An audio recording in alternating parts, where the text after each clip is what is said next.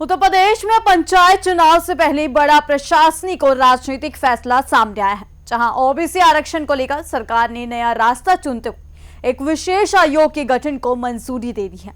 इस फैसले के बाद अब प्रदेश में त्रिस्तरीय पंचायत चुनावों की दिशा और समय दोनों पर बड़ा असर पड़ता दिख रहा है, क्योंकि माना जा रहा है कि चुनाव अब विधानसभा चुनावों के बाद ही कराए जा सकते हैं। सरकार ने सुप्रीम कोर्ट के निर्देशों का पालन करते हुए समर्पित पिछड़ा वर्ग आयोग के गठन को हरी झंडी दी है, जो पंचायतों में ओबीसी आरक्षण की नई सिफारिशें तैयार करेगा।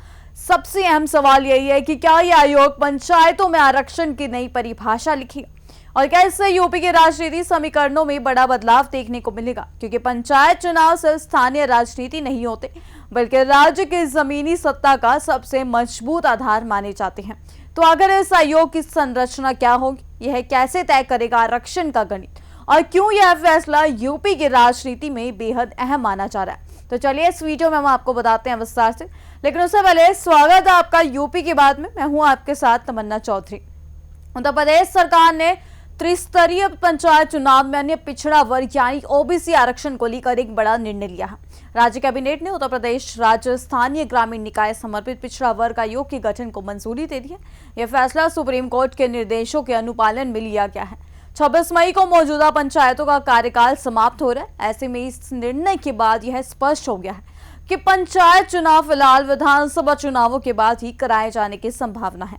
सरकार के अनुसार यह 5 सदस्यीय आयोग पंचायतों में ओबीसी वर्ग के सामाजिक और शैक्षिक पिछड़ेपन का विस्तृत अध्ययन करेगा। इसके आधार पर ग्राम, क्षेत्र और जिला पंचायत स्तर पर आरक्षण की नई सिफारिशें तैयार की जाएगी।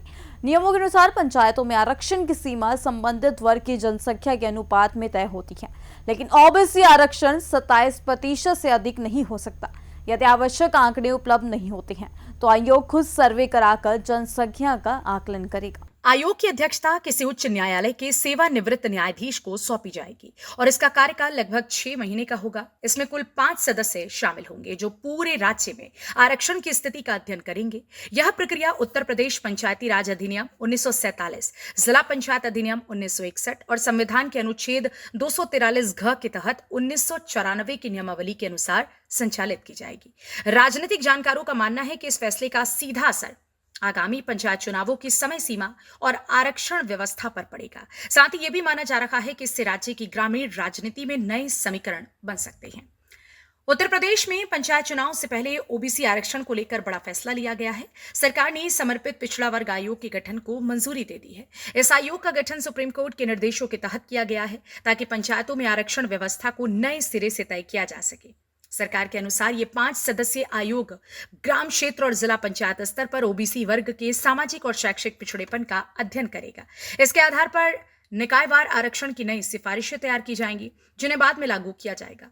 नियमों के अनुसार ओबीसी आरक्षण 27% से अधिक नहीं हो सकता, लेकिन इसके लिए सटीक जनसंख्या आंकड़े जरूरी हैं। अगर आंकड़े उपलब्ध नहीं होते हैं तो आयोग खुद सर्वे कराकर जनसंख्या का आंकलन करेगा।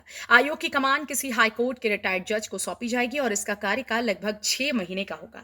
इसमें कुल 5 सदस्य होंगे जो पूरे राज्य में पंचायत आरक्षण की स्थिति की विस्तृत जांच करेंगे। ये पूरी प्रक्रिया उत्तर प्रदेश पंचायती राज अधिनियम 1947 और संविधान के अनुच्छेद 243 घ के तहत संचालित की जाएगी। 26 मई को मौजूदा पंचायतों का कार्यकाल समाप्त हो रहा है। ऐसे में माना जा रहा है कि चुनाव अब विधानसभा चुनावों के बाद ही कराए जा सकते हैं। इस फैसले के बाद यूपी की ग्रामीण राजनीति और आरक्षण व्यवस्था में बड़े बदलाव की संभावना जताई जा रही है। तो उत्तर प्रदेश में पंचायत चुनाव से पहले लिया गया यह फैसला सिर्फ एक प्रशासनिक कदम नहीं बल्कि आरक्षण व्यवस्था और ग्रामीण राजनीति को प्रभावित करने वाला बड़ा बदलाव माना जा रहा है। समर्पित पिछड़ा वर्ग आयोग की रिपोर्ट आने के बाद ही अब पंचायत चुनावों की तस्वीर साफ होगी और तय होगा कि आरक्षण का नया गणित क्या होगा। फिलहाल सबकी नजरें इस आयोग की सिफारिशों और आगामी चुनावी समय सीमा पर टिकी हुई है। तब तक के लिए जुड़े रहिए हमारे साथ यूपी की बात में।